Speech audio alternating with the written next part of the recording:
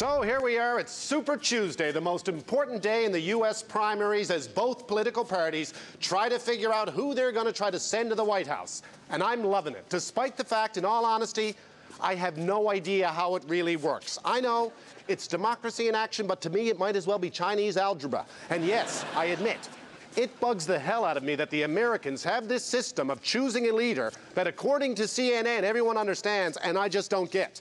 Personally, I'm much more comfortable just assuming they're the stunned ones. But I do know this, from a show business perspective, they've got to speak. For starters, they know how to spend the big money. Rudy Giuliani spent $50 million getting his ass kicked just in the state of Florida. That's twice as much money as any Canadian party is going to spend in the next federal election.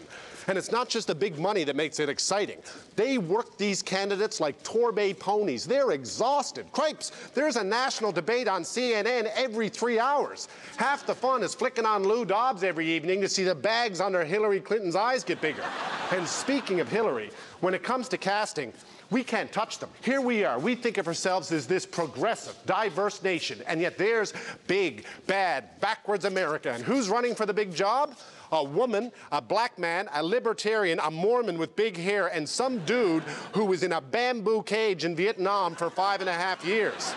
Meanwhile, in Canada, we're gearing up for yet another race between a pudgy white guy, a skinny white guy, and some other white guy, which may go a long way to explain the other big difference between Canada and U.S. politics these days. In America, in this race, young people are engaged. In Canada, they're choosing none of the above.